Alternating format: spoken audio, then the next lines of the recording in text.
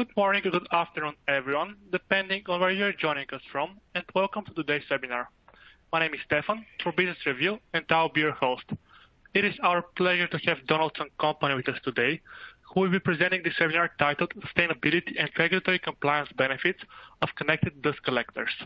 Today's guest speaker is Brent Nelson, Global Products Manager at Donaldson Connected Solutions Division. Before we begin, I'd like to welcome you to the webinar platform ON24. You will notice that this webinar is browser-based.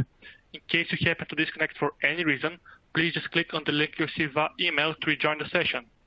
In order to ask questions, you can do so via the Q&A widget on the top right-hand side of your screen. Just type your question into the box and click Submit. We will allocate some time at the end of the session to address any questions or thoughts that you may have. Please use the yellow Help widget if you require any assistance, and keep in mind you can move, resize, and maximize any of the windows in front of you for a better view of the slides. But now, please allow me to welcome Brent. Thank you, Stefan, and thank you everybody for joining today on this Monday afternoon, or potentially Monday morning, or potentially Monday afternoon, depending on where you're dialing in from. So today's topic is going to focus on a connected dust collector, and I think if you've got dust collection in your company, you deal with dust collection in any way, you're going to find something beneficial in this discussion. You're going to learn something in the discussion. But we are going to have a heavy focus on sustainability and compliance aspects of dust collection management. So just before we get started, a little bit of an overview on Donaldson. So Donaldson is a technology-led filtration company. We're over 100 years old, and filtration has always been at the heart of what we've done for the last 100 years. Donaldson has essentially two divisions. We've got an engine division, which primarily builds filters, air filters, fuel filters for vehicles, for off-road, construction, ag, military, wide variety of vehicles. And then we've got the industrial side of the business. And the industrial side of business does a wide range of filtration in factories and industrial facilities.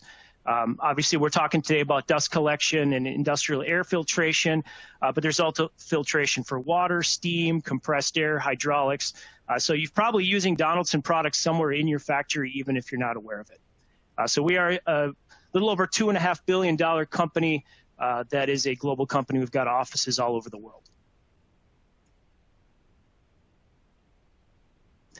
Okay, so our agenda today, we're going to kind of start with the basics. We'll talk about what a dust collector is and what it means to connect a dust collector. And then we'll talk about, the first big topic we'll talk about is how to track and manage your energy consumption. Because we have a sustainability focus today, obviously that's a big concern. Whenever we talk about sustainability, one of the first things you talk about is how do you track and potentially reduce energy consumption and greenhouse gas uses. Then we'll talk about compliance management and reporting for anyone who has any type of regulations around dust collection, either now or in the future, and you've got to track and report that data for compliance reporting.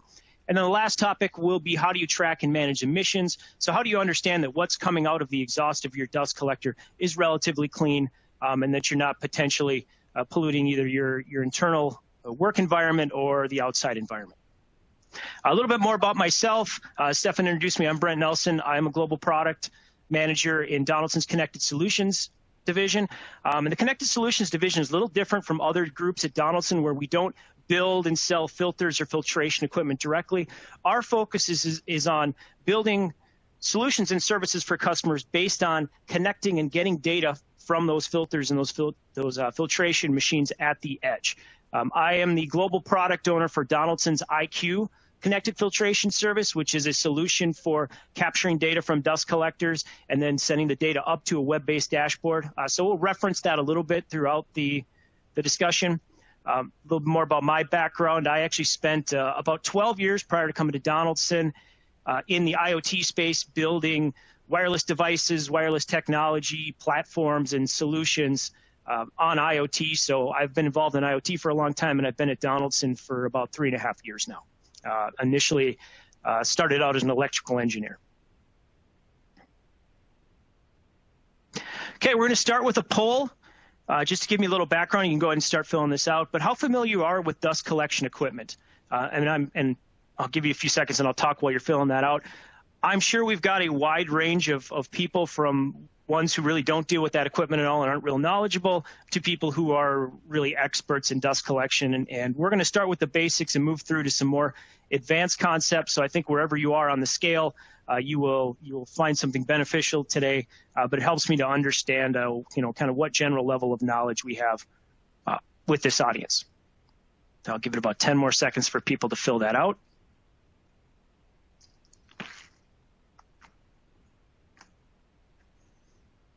Let's take a look here. All right, so we've got nobody not at all familiar. That's good. So we've got slightly familiar, somewhat. We kind of have the board, but everybody's got some familiarity with dust collectors, so that's good. And we've got a few experts on here, so we'll get in some of those advanced concepts that you'll find interesting. All right, so now, as I said, we'll start with the basics. So we'll start with what is a dust collector and what is a dust collection system, but then we'll talk about what does it mean to connect a dust collector. So here's a very basic overview of a dust collection system. Obviously, the dust collector itself is in blue, but we're going to focus not just on the dust collector. We're going to talk about the whole dust collection system today and how to optimize and manage and monitor that system. So if we start with the lower left, you'll see those are your capture points. So those are your hoods that are pulling dust away. Wherever dust is generated in your factory, those hoods are pulling dust away from either the machine that's generating the dust or the workers who might be in that area. It's pulling that. And in this case, we're showing a system with 2 drops. Now, you might have a system with 1 drop. Really large dust collectors might have 50 to 100 drops. It really varies on the size of the dust collector itself. That air is then pulled through the ducting into the dust collector where it goes across the filters. So that's where the particulate is captured by the filters and filtered out to have at least relatively clean air exhausting out of the dust collector. Now, just about every dust collector is going to have some type of cleaning mechanism on the filters. In most cases, and what we're going to talk about today, are ones that use compressed air. So they have compressed air that shoots across the filter, it knocks that particulate off the filters, and it's going to fall down into some type of collection drum or some type of collection system, in this case represented by the black drum at the bottom. And as those filters start to collect more and more particulate, even though they're cleaned, over time, they will build up resistance to airflow. And the longer the filters run, the more resistance they have and the harder that fan has to work. And that's why the most common thing tracked on a dust collector is the differential pressure. You hear it called pressure drop. That's how much resistance those filters are providing to airflow over time. And that's why it's typically the most common data point that's captured from a dust collector. But we're going to talk about a lot of other data points that can be captured. So as air continues to move, it passes through the blower or the fan, and then it's exhausted out of the discharge duct as emissions, either inside your factory or outside your factory, which we're going to talk a lot about in the next few slides. And then when we talk about dust collection management, we always talk about it in terms of the 3 E's. So you see exposure, which is really what level of dust are the people at the collection points or the machines at the collection points exposed to, how efficiently is your dust collector working, and then the emissions. How clean is the air that's actually coming out of those emissions? We're going to have a heavy focus on emissions today, but we'll kind of reference all 3 as we go. Yep. So what we see in the industry when we go out and look at people and look at their dust collectors, what we see is, the dust collector is not the machine that makes you money. It's not the machine that's creating, packaging, and pushing your product out the door. And because it's not directly a revenue-generating machine, it's often a secondary priority when it comes to maintenance. And a lot of people are very reactive with their dust collector maintenance and inspection and really struggle to keep those machines running. And that's not to blame anybody. Everybody knows we've got that there's limited resources out there. It's difficult to hire people. Everybody's got maintenance budgets and engineering budgets, and there's only so many people you can have. And those challenges all existed in a pre-COVID world, and COVID has really flipped that on its head. So it makes sense in some ways to prioritize the revenue-generating machines, but typically if your dust collectors aren't working, then those revenue-generating machines aren't working, and those people can't be in those areas. So in some ways, they're every bit as important. And we see a lot of the negative outcomes that happen when dust collection, maintenance, and monitoring is ignored. And it spans the gamut of a lot of different things, from unexpected production downtime, excessive labor, lots of cost of ownership. But the three that we're going to focus on today is the increased energy consumption costs, increased emissions, level of particulate that's coming out of the stack, and then the possible risk of regulatory fines and penalties, either if you are in an industry that's regulated either from OSHA or EPA or some other local body.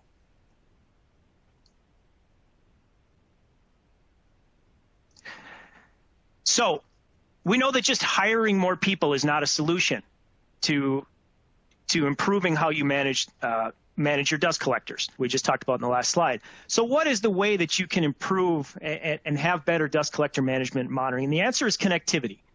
So this all kind of falls under the umbrella of Industry 4.0. Industry 4.0, not in any way a new term. It's been around for decades. It's a way to connect factory assets to get more data in real time from those factory assets to allow you to better control, manage, and monitor those assets, whatever those assets may be. So you can see in real time what the machine is doing. You can get alerts if something's not working correctly, and you've got historical data available to help you debug and optimize your processes. Now, there's two ways to connect machines. Now, what I call it the traditional way is through the traditional control systems. These are on-premise systems. They've been around for decades. You're probably using them all over your plants. And they're capturing tons of data from your production line, driving it to a local system that's on-premise. And these are completely closed off, very complex systems with very low latency, so they can do all the control applications.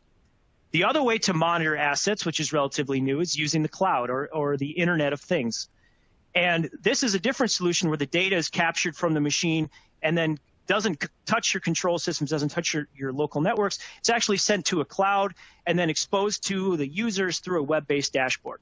So this is relatively new, and these two systems are not in any way competing against each other. They serve different uses in the plant, and we'll talk about IoT really represents an easy way and a good way to monitor dust collection systems. But as I said before, dust collectors are very often a secondary priority when it comes to maintenance and engineering. They're also a second priority when it comes to connectivity. So most often when we go out and look at customer sites, we see dust collectors that aren't connected in any way. And so what we most often see is the filter log. And this is a picture I took at a customer site. And this is the way that a lot of our customers will still monitor and manage dust collectors. Somebody manually writes in a handwritten value, usually differential pressure, but it might be other values, once or twice a day. And then at the end of the week, somebody grabs those clipboards and they type it into an Excel sheet, and now you've got your historical data should you need that for any compliance reporting or any other purpose. This is still the most common way that we see people managing dust collection systems.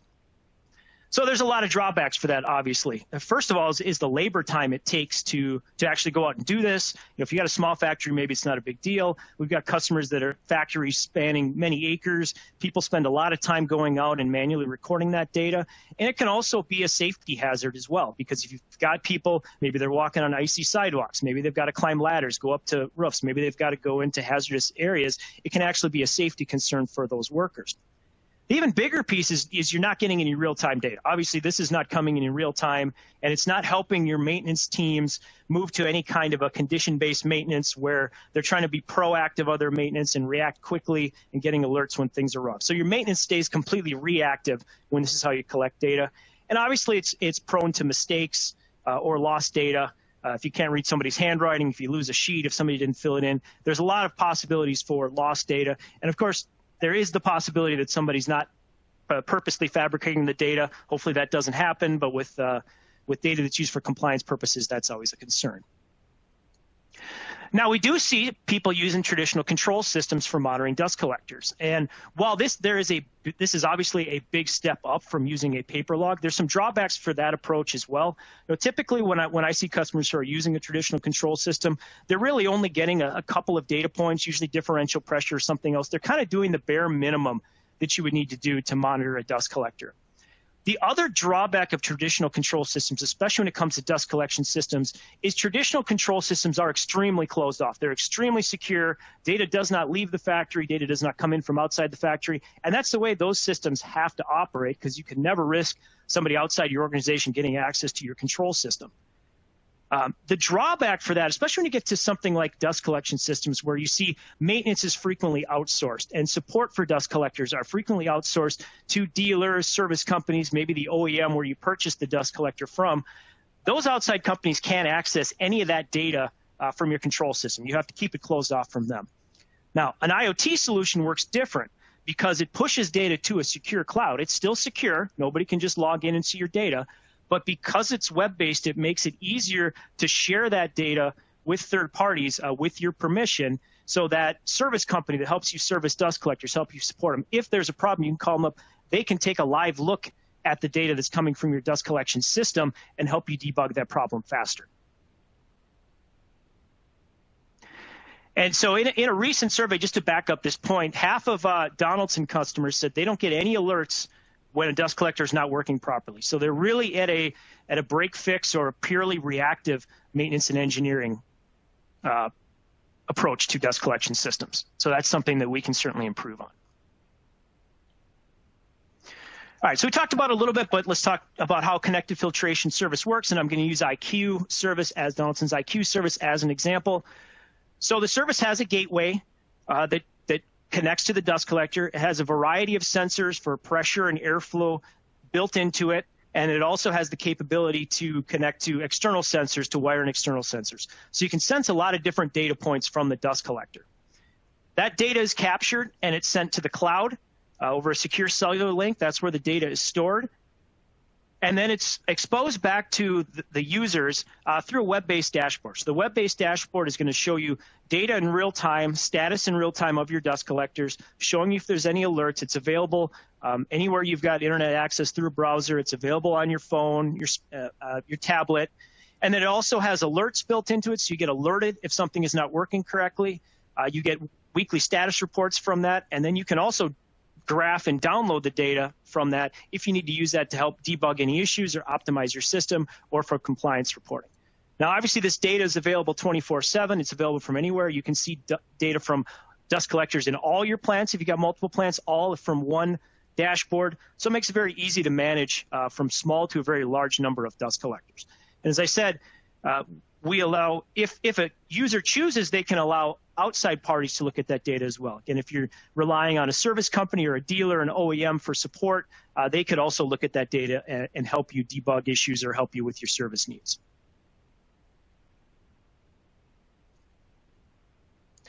So let's talk a little bit about what the IQ filtration service tracks. As I said, most people who are tracking data manually have one data point, and it's differential pressure. If they're connected to a traditional control system, it might be 2 or 3. But there's actually a lot of data you can get from a dust collector that can be beneficial. So these are the basics. So it's the differential pressure, airflow, compressed air pressure. But there's a lot of additional data points. So the stuff in gray are additional sensors that you can add, everything from temperature and humidity of your airstream to pressure of your HEPA differential pressure, tracking what level the particulate is in your bin. And then we've got energy monitoring coming out in just a few months, and we're going to talk about that a little bit coming up in a later release.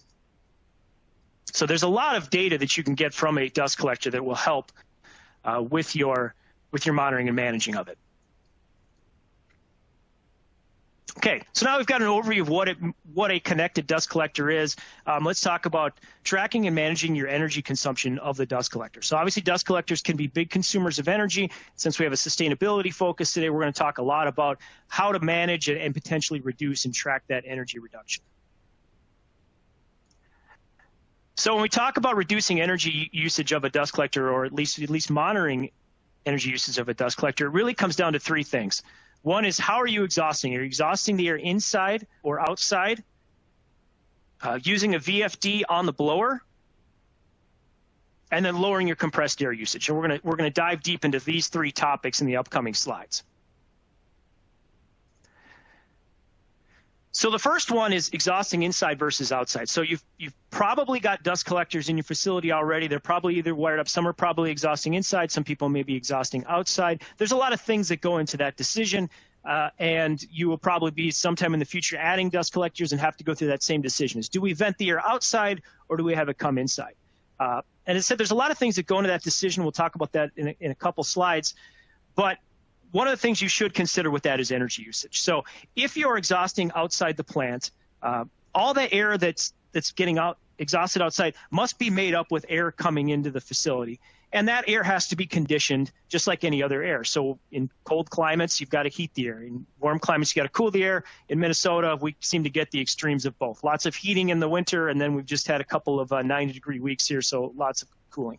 And this leads to a significant cost in energy usage of reconditioning all that air when you're exhausting outside. So here's an example calculation. I hit one more here. You'll see it. The calculation is down there in the bottom. That calculation based on how often you run the dust collector, what your CFM is, what the degree days is, which is to keep it quick, just a calculation of where above and below normal temperatures you are based on number of days. The calculation you actually see is for energy, but you can change that calculation and put in the EPA estimate for metric tons of CO2 used per barrel of oil to actually calculate the energy cost. So in this calculation, we're looking at a 10,000 CFM dust collector. And the picture you see on the right, that's a Donaldson DFE. That's a dust collector that would be typically used for about 10,000 CFM. So you can see it's not a massive dust collector. It's not a small. It's really kind of in the middle.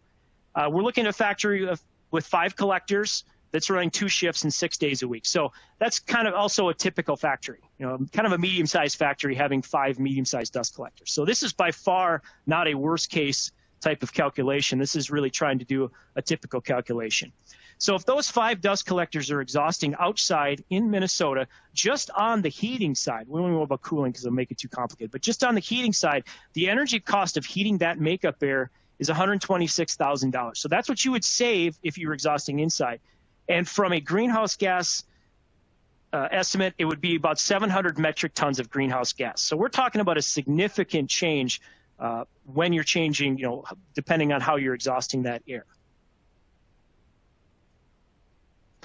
Now, energy usage is certainly not the only thing you've got to consider when you're talking about exhausting inside versus outside. In fact, if you look at the Industrial Ventilation Manual, they've got a whole decision tree here, which you see on the right, and I'm not going to go through all the decisions. And depending on what you're filtering and depending on what the regulations around it, venting inside might not be an option in any way. If it's highly toxic, if it's carcinogen, if there's really low contamination or concentration ratings required by OSHA, it might not be even a possibility. But there's a lot of things that you should consider, but I want to make sure that you have the data to say energy usage should be a big consideration of how we're venting that air and whether we make some kind of change, or at least when it comes to dust collectors you might be purchasing in the future.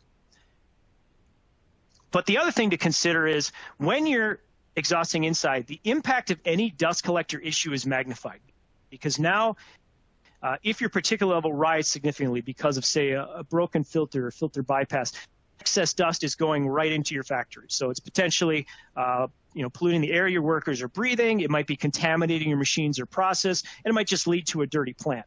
So we're talking about connectivity here, and if you're going to exhaust inside, connectivity becomes an even more important thing, because you really need to understand when that dust collector is not working well, because the impact of any problem is greatly magnified.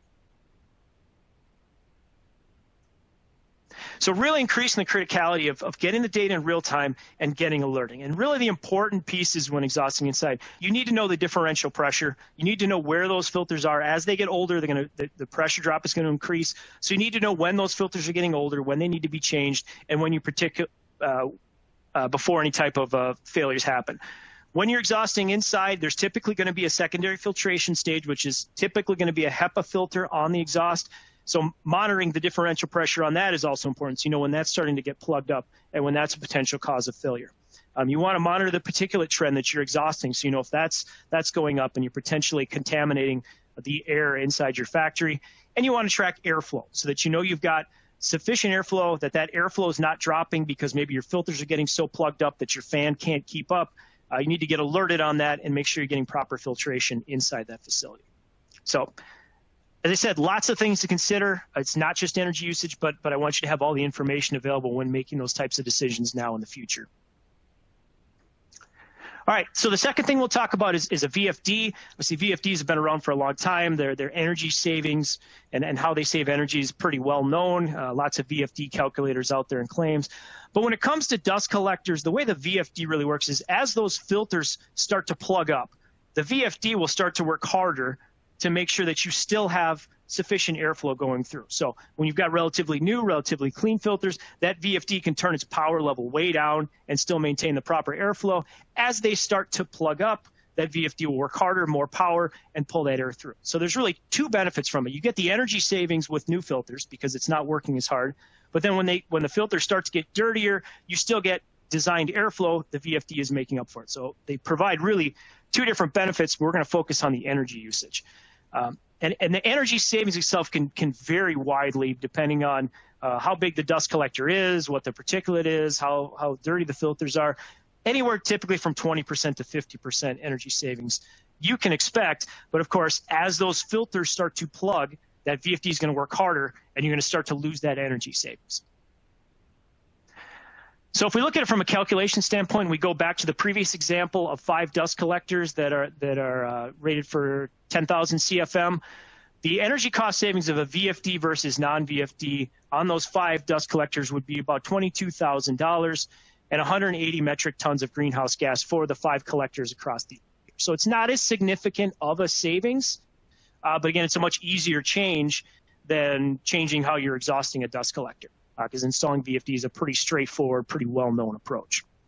But, and this life always comes with a but, if you're not monitoring that VFD, and if you're not changing filters, and if you're not monitoring your differential pressure, you're going to lose any of that energy savings, because as those filters get dirty, now that VFD's got to ramp up, and you're going to increase power usage 20 to 55%.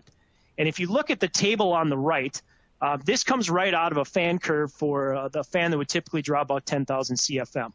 And so the first column you'll see is how much airflow it's going. So we're keeping consistent airflow. The second column is the static pressure seen by the fan. So you see about a 4-inch of water increase in static pressure seen by the fan, which is roughly the difference between clean filters and dirty filters. A 4-inch of water increase of pressure is pretty typical going from clean to dirty filters. And then if you look, the next column over is kilowatt hours, and lastly is the increase. So if you're running with dirty filters, now you've increased your power use to about 52%. So any savings you would have got from installing the VFD are gone. And so this, again, brings up the importance of not just installing the VFD, but monitoring that in real time. So you know when your differential pressure is rising, when your airflow is falling. You can actually track in real time what your energy usage is, and track over days and months and see how is that energy usage changing as my filters clog.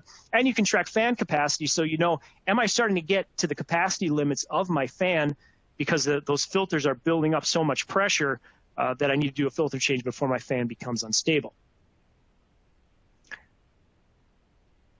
So what we're really doing here is we're giving you the additional data to try to balance those filter change intervals, because the maintenance teams, the engineers, procurement, they want to get as much time out of those filters as possible to avoid the cost and the effort of changing filters.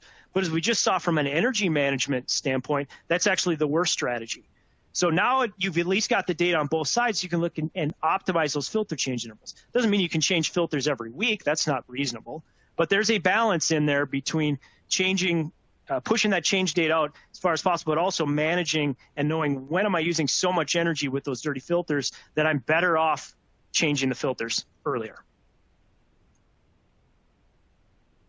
Okay, last one we'll talk about from energy usage is compressed air. So I said most dust collectors have some type of cleaning system that utilizes compressed air. Compressed air is a significant source of energy use in any facility. So this is another thing you'll want to track. Now, most dust collectors will have differential pressure rises on those filters. It will hit a cleaning set point, and now it starts cleaning. It will clean down to a low set point and stop cleaning. That's called on-demand cleaning, which is how most people do cleaning. But as those filters start to age, it's harder and harder to clean the dust off those filters because the dust gets embedded in the filter, and you've got to clean for longer and use more compressed air as those filters age. So the older the filters are, the more compressed energy you're going to use. So here's a real-world example. We can actually track how often a machine is pulsing in IQ. which you see in the bottom right. That's an actual screenshot from IQ tracking the pulses on this dust collector. And so we monitored this on a dust collector at our factory over a 6-week period. And using on-demand cleaning on what were pretty clean filters at the time, it pulsed 9,000 times. Now, if it had been continuously cleaning, which is pulsing all the time the dust collector is running, it would have used 108,000 pulses, so 12 times significantly more compressed air used to clean those filters. And what you've got to know is, as we talked about, when those filters get really plugged, those on-demand cleaning times get longer and longer until it actually gets to the point that you're just cleaning all the time. And I've talked to customers, and I say, how do you know when to change your filters? They say, well, because it never stops cleaning. It's cleaning all the time. That's how we know that those filters need to be changed. So on-demand cleaning, if it's not monitored, the filters aren't changed, eventually becomes continuous cleaning, and you're wasting a lot of compressed air. So they said energy use 12 times higher with plugged filters with on-demand cleaning than it would be with relatively clean filters. Again, that's something you can monitor with our IQ system. It'll show you how often that is pulsing. You can track those changes from week to week to month to know how that's changing as your filters age. Okay?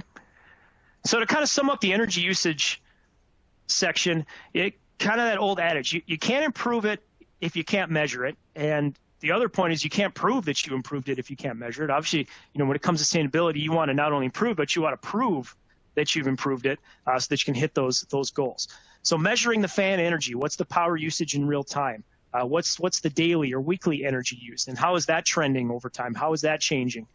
And then monitoring the compressed air to know how often are you pulse cleaning, and how is that changing as your filters age? And then kind of going back to our discussion about outside versus inside, it's really critical in any scenario that you're getting alerts when anything in the dust collector is not working properly or has hit its limits, whether that's differential pressure, airflow, compressed air being out of range, or something else like your bins are overflowing, your hoppers are plugged. You need to get alerts on those so that you can move from a purely reactive maintenance into a condition-based maintenance and potentially even a predictive maintenance sometime in the future. And that's regardless of how you're exhausting, but if you're exhausting inside, it becomes even more important. And all this data, as we said, is going to help you improve and optimize those filter change intervals so you're balancing filter replacement costs and energy usage.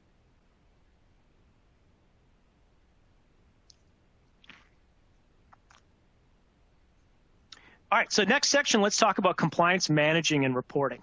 So depending on what industry you're in, where you're located, there's probably some type of regulation about how that dust collector should operate and some data that you have to capture for the regulators. And even not a lot of customers who don't have that, they have internal reasons and internal audits that they need to capture data from.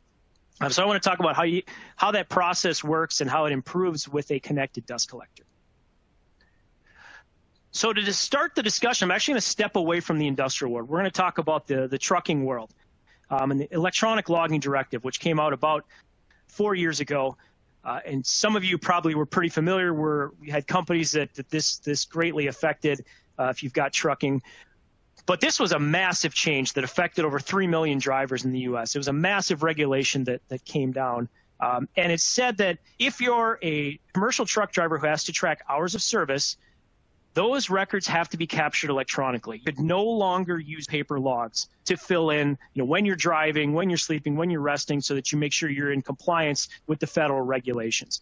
So not only did it need to be captured electronically, it actually had to use a sensor on the truck so that it could track what the RPMs and speed were of the truck. So, and that's kind of the fail-safe there. You can't lie and say that you were sleeping if your truck was going 65 miles per hour down the freeway at that time. At least, hopefully, those two things weren't happening simultaneously. So they moved away completely from paper logs. And why did they do that? Well, they did that for a few reasons. But the main reason is it nearly eliminated the possibility that somebody is fabricating their logs, driving more often than they would. It also guarantees that regulators can get that data they can get electronic data, they can get it in a consistent fashion from whatever the trucker is. They're not trying to read different paper logs, and that those paper logs can't be lost or fabricated in any way. So this is a massive change. And I bring this up because these are the types of changes we're starting to see, and it's going slowly, but the changes we're starting to see in the different regulations people have around dust collectors.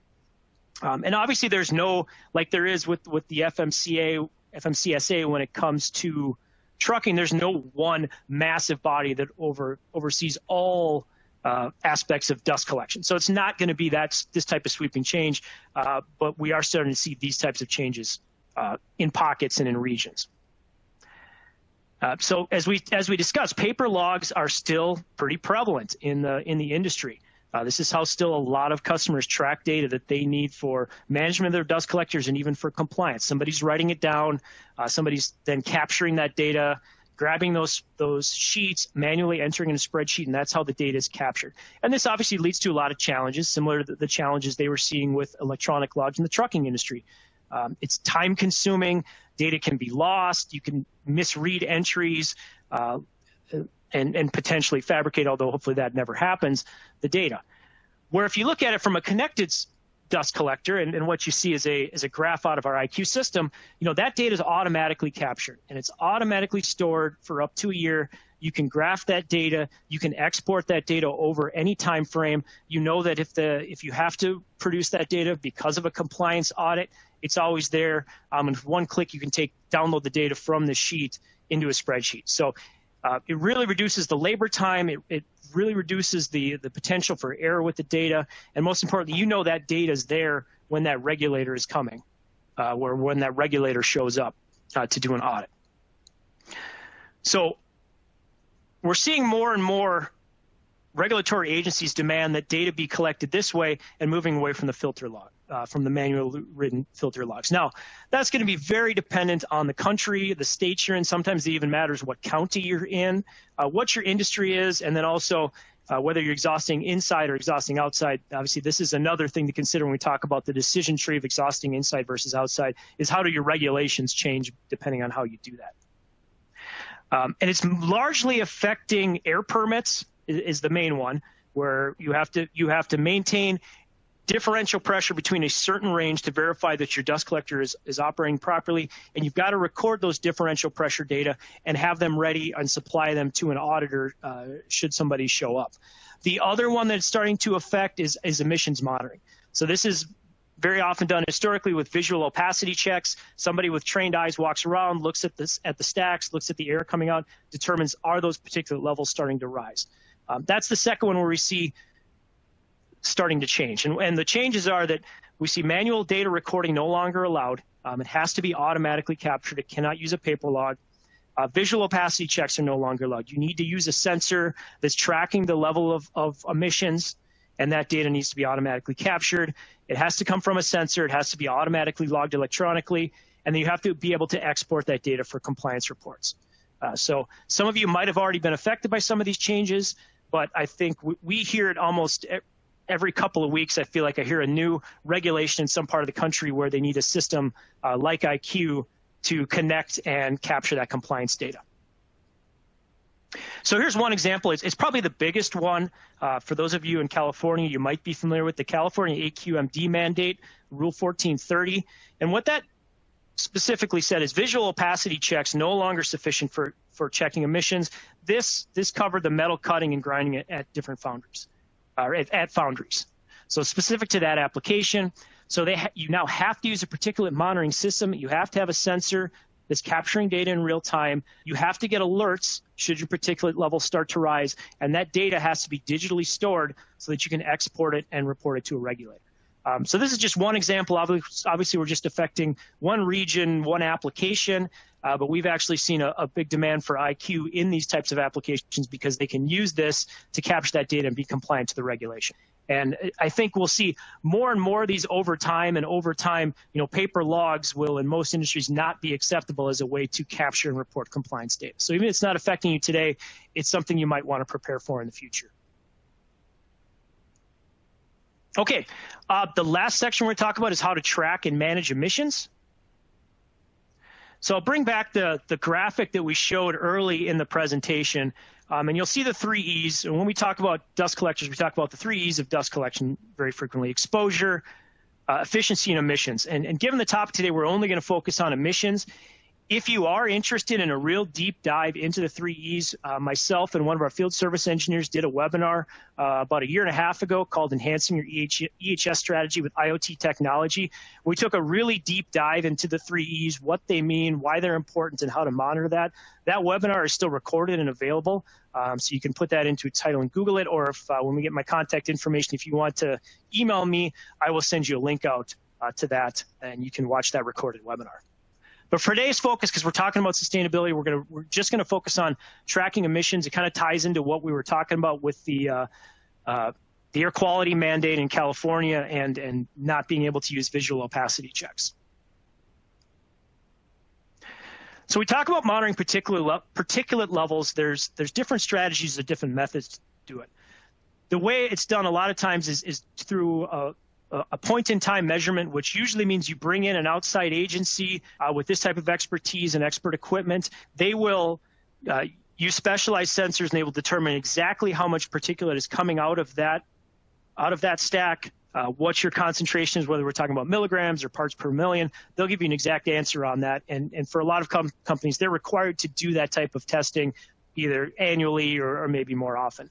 But of course, it gives you a really accurate answer, but it doesn't tell you anything in real time. In between those checks, you're still dependent on visual opacity checks or something else to alert you when those particulate levels are starting to rise. So one way you can do that and monitor in real time is using either a broken bag or a particulate trend sensor. And these terms mean different things depending on who you're talking to. But a broken bag sensor is typically a sensor that's going to give you a good-bad indication. It'll tell you if things are good, and if you have a catastrophic failure like a ripped filter or filter bypass, it'll send you an alert. But it's a digital sensor. It's good or bad. A particulate trend sensor works a little bit different. Is it's going to capture that data and show those trends in real time. So if your trend is starting to rise because your filters are old or maybe you've got a small tear, it can show you that trend. It can give you an early alert in some cases that you've got a problem with that filter, and potentially you can go out and track that data. It's not going to tell you exactly parts per million or total concentration, but it's looking at the trend. How are my emissions today versus yesterday versus last week? Now, the last one is kind of the Cadillac system of this, the continuous emissions monitoring systems. These will tell you concentrations. These are very complex, expensive solutions set up by experts, need to be calibrated. So some industries require this. Like if you're in power, you probably have one. For most cases, this is overkill for most of Donaldson's customers and most of our IQ users. You just really need to know what is that trend, and I need to get an alert when that trend is increasing. So if we go to the next slide, here's an example output from a particulate trend sensor on some testing we're doing internally, and you'll see that number is going to fluctuate a little bit over time, and that's natural. It's going to fluctuate when you're pulse cleaning, because as you're pulsing, there's going to be more particulate getting in the exhaust. And that's normal. But what this allows you to do is set a baseline. And you can see I've indicated kind of where the baseline is for that dust collector. And when you know the baseline, now you can set alerts if either it spikes or that average level starts to rise, either because your filters are getting very old or you've had something more catastrophic happen like a filter rip. So you can get alerts as it starts to rise, maybe potentially sometimes addressing the problem before it becomes a catastrophic problem. But even if you have that catastrophic failure, you're going to get an alert immediately, and you can send those maintenance teams out there to shut the dust collector down, fix the filters, change the filters, whatever you need to do. This is extremely important. Again, if you're exhausting inside and you have that type of incident, now you're pushing dirty air into your factory. If you're exhausting outside, now you're pushing dirty air and potentially polluting the environment. So monitoring that in real time is exceptionally important.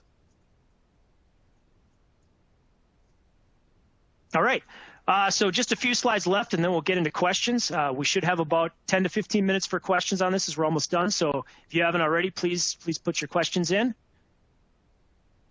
So I want to just finish. We talked about the Donaldson IQ system as an example. I want to talk just a little bit about it before we close out. So our connected filtration service was launched about 18 months ago. We talked about how it works in the previous slide. What it's really doing is giving me insights to everything that's going on with that dust collector in real time. So we said there's a gateway on the device. It's sending data to the cloud and creating a web-based dashboard that you can view from anywhere on any type of connected device. You can also allow your partners to have access. So if you've got service companies that are helping you support your dust collector, they can also get access to it.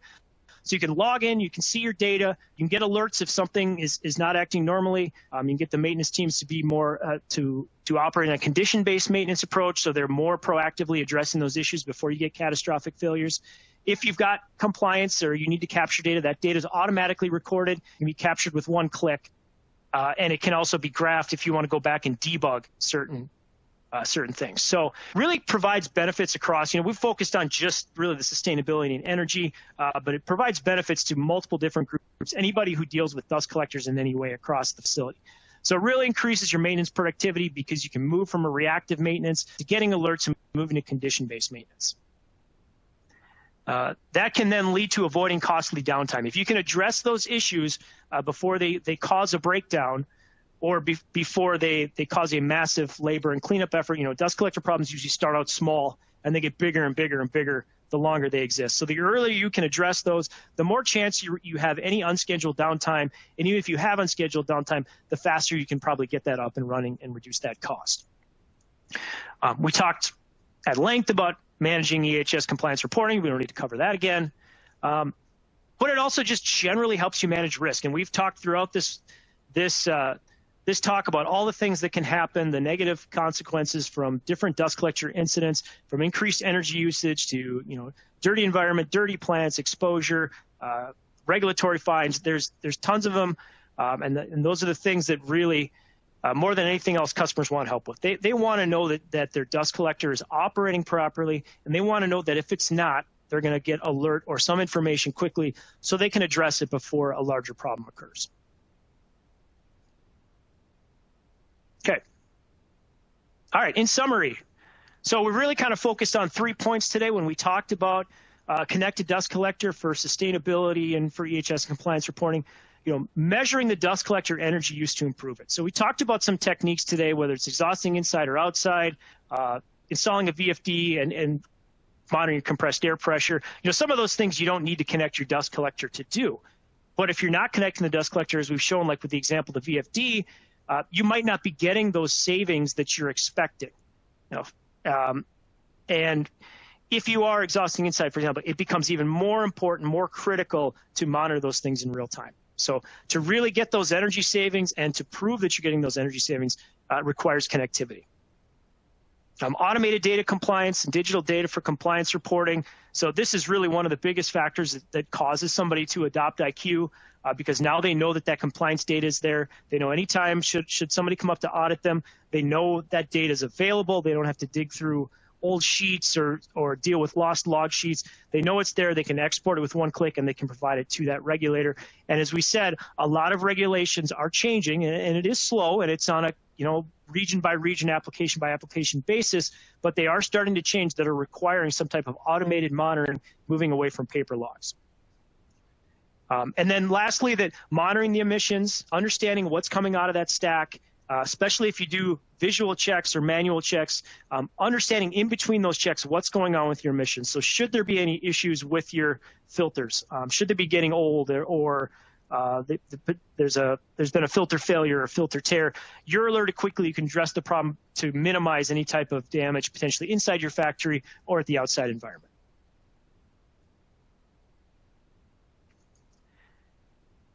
And with that, I will conclude. So for more information, my email address is here. You can also see our Connected Solutions website or email connectedsolutions@donaldson.com, which is a generic email, and somebody will respond to your question. And the phone number for the Connected Solutions group is at the bottom. And so I will thank everybody for joining, and we will switch over to questions now. Stefan? Thank you very much. It is now time for the Q&A session. If you'd like to ask your questions, just submit them in the box on the top right-hand corner. Type them in there and click Submit.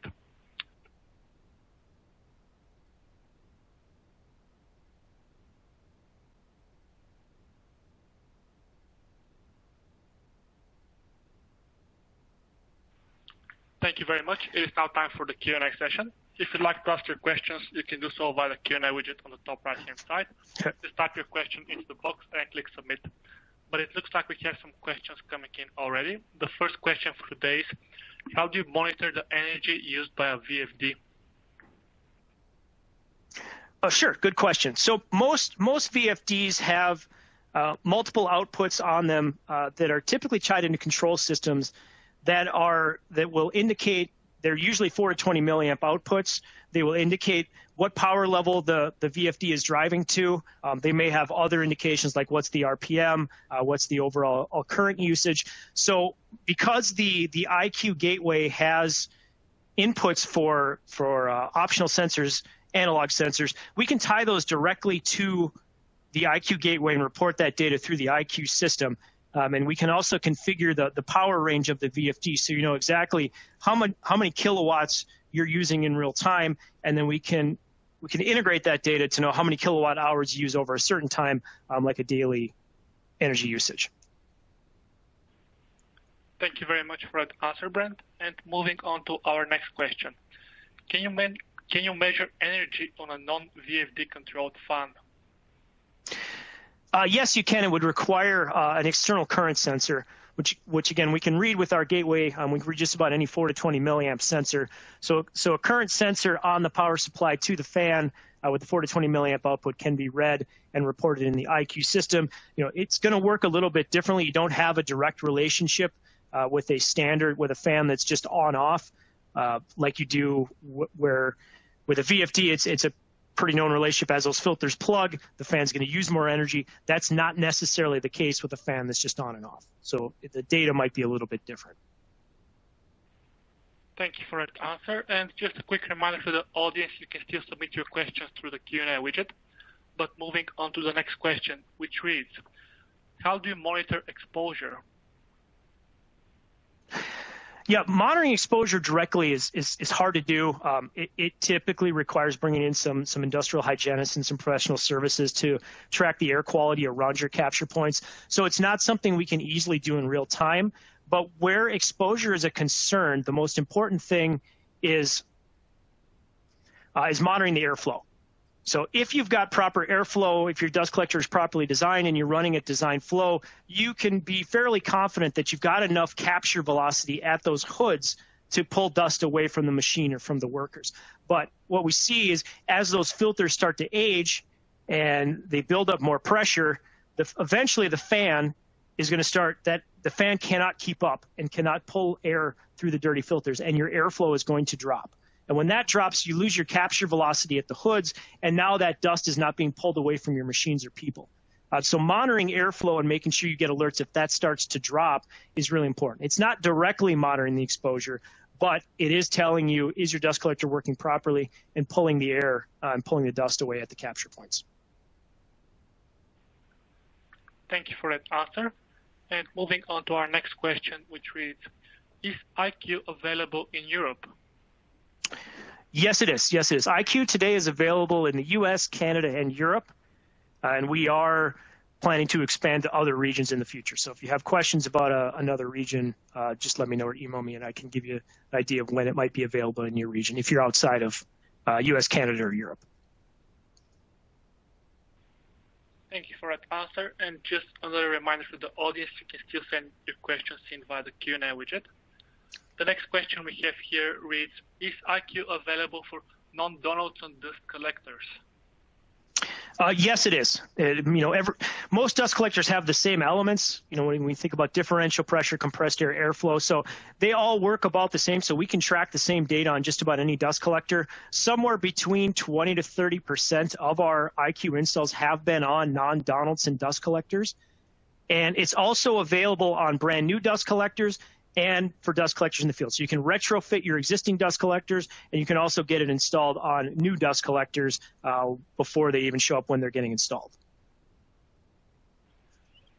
Thank you for that answer. And we have time for one or two more questions. So the next one reads, what does the service typically cost?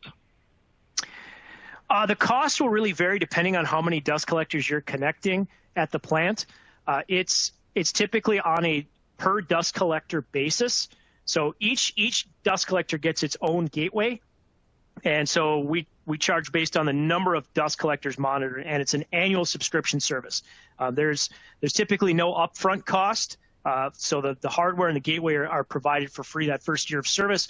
You're only paying for the annual subscription. I don't want to give exact cost numbers on the webinar or price because it's going to vary depending on how many dust collectors you have connected. But I would be happy to answer that over email if you want to send an email to me directly. Thank you very much for that answer, Brent. And I'm afraid that's all the time we have for today. If you didn't get your questions answered today, please keep in mind they can be answered at a later date via email. So that just leaves me to thank Brent for what was a great presentation and to Donaldson Company for sponsoring this session.